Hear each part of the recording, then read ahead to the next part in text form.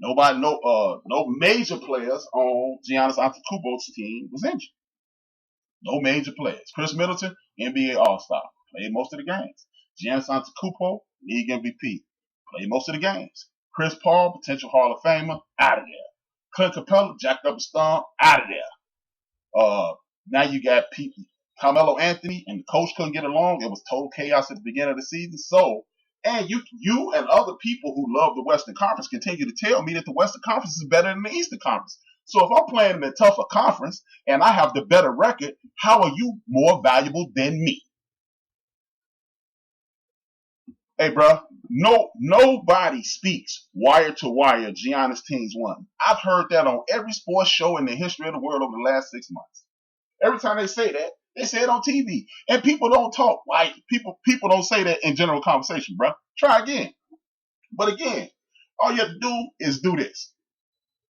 You can dial that number and you can make your case. Because tell me where y'all played.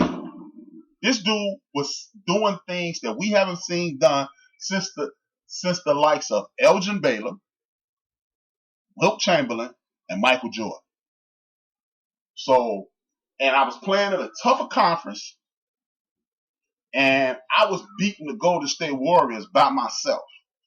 Arguably, that's what the TV tells you. The TV tells you that the Golden State Warriors is the greatest ensemble of talent we've ever seen, or one of. And he was taking them down by himself.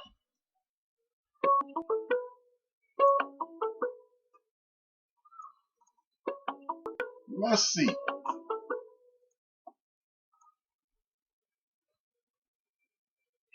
All right, talk to me. Please explain to me, what did he do better?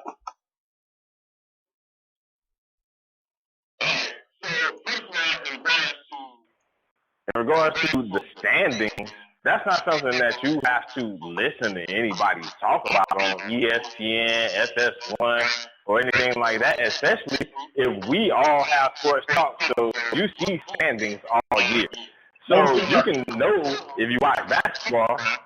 If you watch basketball, you knew what the standings was all year. You saw Milwaukee basically ran the table all year as the best team in the NBA, record-wise, right or wrong. What was their record? All right, you say what? What was their record? You said I was right. What was their record? What was Milwaukee's record at the end of the season? Mm-hmm. I mean, I'm not looking at their actual record right now, but I can tell you what their record was at the end of the season. That's really easy. If you want me to just go pull up stats, we knew that their record was, we knew that they were the number one team. How many games? We knew that they were the number one team all season. How many games did they win? And hold on, you just tried to say, what did you just try to say? Something about Harden? I'm asking you a simple question. How many games did they win? I'm not exactly sure, bro. Not off the top of my head. I'm in the middle of the yard at this very moment. This is why I believe you are getting this from the television. How do I have to get this from the television? Because were they the number one seed in the East or not? Were they the number one seed in the East or not? Yeah. So if they were the number one seed in the East, and when Golden State played Toronto, then Golden State had to go to Toronto, then common sense would tell you that Milwaukee had the best record in the league, right?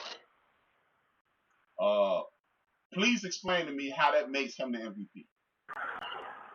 What do you mean, how does that make sense? If Milwaukee had the number one seed in the East, and Toronto was in the East, and they were the number two seed, and Golden State had to go to Toronto, then that means if Milwaukee had won, then Golden State would have had to go to Milwaukee because Milwaukee was the number one seed in the playoffs. They had the number one record in the league. And I asked, that's without me having to look up any stats or having to regurgitate anything. That's just based off of the fact that Milwaukee had home court advantage over Toronto. And I asked again, how does that make him league MVP? Because if you're playing in a weaker conference, Okay, you're yeah, playing against weaker competition. I'm saying that's number one.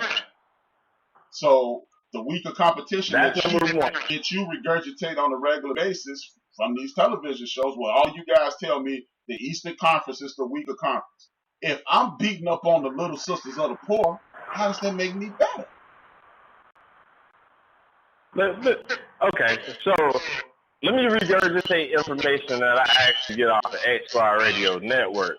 Because I don't have a whole lot of time to sit here and watch TV when we got shows that come on at 10 o'clock.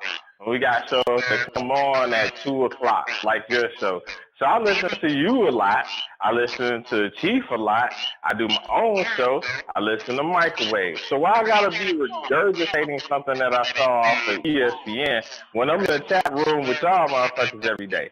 Like, it's funny how, like, whenever you have your opinion, it's now your opinion has to be regurgitated from something that you saw on TV versus, hey man, I sit here and listen to y'all play.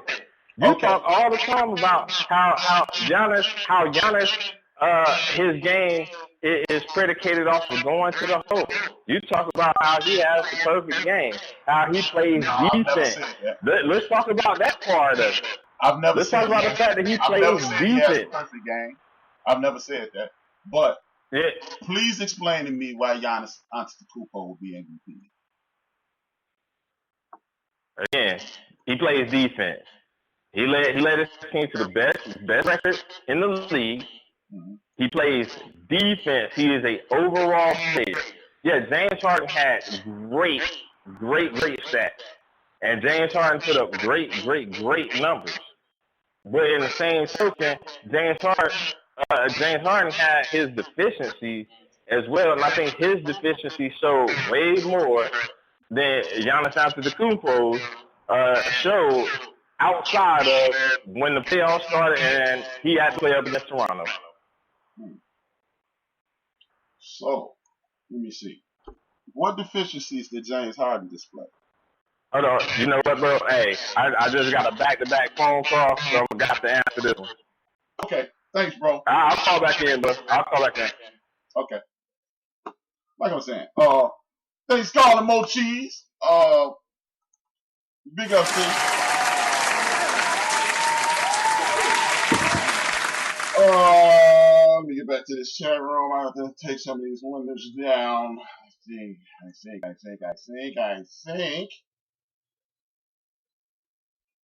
The conversation is about league MVP. RC is in the building. Thank you. Now, my man RC in the building. Thank you much, love. I'm sorry, guys. I didn't see that. I didn't see that there was a echo in the call. I'll do my best to fix that next time. RC in the building. Thank you again. But again, man, I'm not saying Giannis Antetokounmpo isn't deserving of league MVP. One of the best players in the league, clearly. But I just think I'm just gonna use the argument that I hear people say all the time. When it comes, like when people shoot down the accomplishments of one LeBron James, they tell me that LeBron James only did that in the Eastern Conference. So how are you giving him all this credit because he's doing this out of the weak East? Now at the same time, James Harden is doing this out of the stronger West, and he won 7 less games than Giannis. And people like to say, "Oh, well, James Harden don't play no defense." Well, well, that means two of the last 3 league MVPs should have never been. Well, hell, all 4 of the last MVPs before Giannis Antetokounmpo should have never been league MVP. And I would argue 5 of the last 7. Kevin Durant does not play defense on a regular basis. Stephen Curry he makes James Harden look like goddamn Gary Payton. Russell Westbrook does not play defense at all. And Derrick Rose, my man, Chicago in the building. Derrick Rose don't play no defense. But it's awful strange when it's time for these people to start talking about James Harden defense. This is why I invited my main man Mo Cheese on regurgitating facts, because nobody in traditional conversation speaks like wire to wire. When you're using terminology that they're using on TV, I'm forced to believe that you're repeating what they're saying, because I am backing up my opinion with what I've seen, not what I'm hearing. James Harden plays basketball just like the rest of the people in the league, and I don't see where anybody else in the league is playing defense. You had a handful of guys over the last 25, 30, 40 years playing defense, and they won defense. They won MVP. Most of these guys in the National Association, they matadors. Point blank period. Allen Iverson, Larry Bird, Magic Johnson.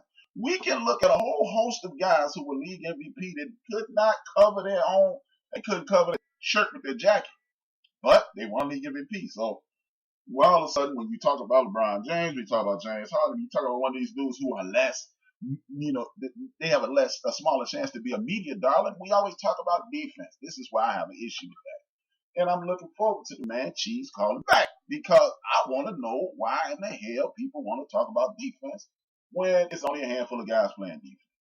That means Giannis Antetokounmpo and the Claw, Kawhi Leonard should be only two dudes winning defense. Winning league MVP because those are the dudes I see on a nightly basis playing defense. Point blank.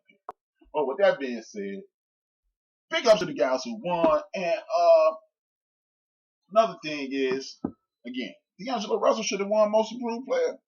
This dude came out of obscurity. He was embarrassed. He put himself in a situation to whereas people were laughing at him, and nobody saw the Brooklyn Nets coming. And when you saw the Brooklyn Nets coming, you see my man LeVert get hurt. You still got Spencer Dinwiddie who bounced around the league 1,001 times. D'Angelo Russell was an all-star. I got my man Nate Pittman in the building. Man, what's good, Nate? Much love to my brother.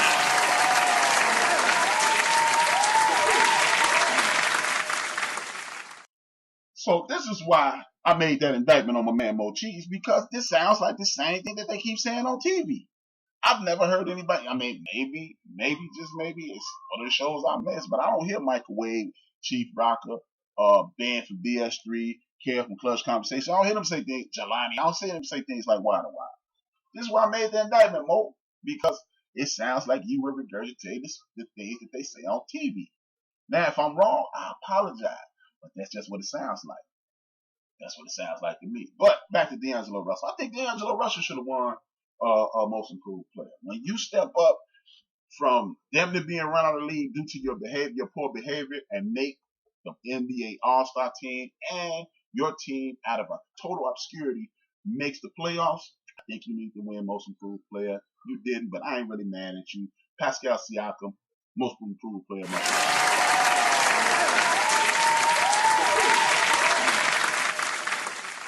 Coach of the Year was the other award that was handed out last night. And I got mad love for Coach Budenholzer. Big ups to him. Congratulations for Coach Budenholzer winning Coach of the Year.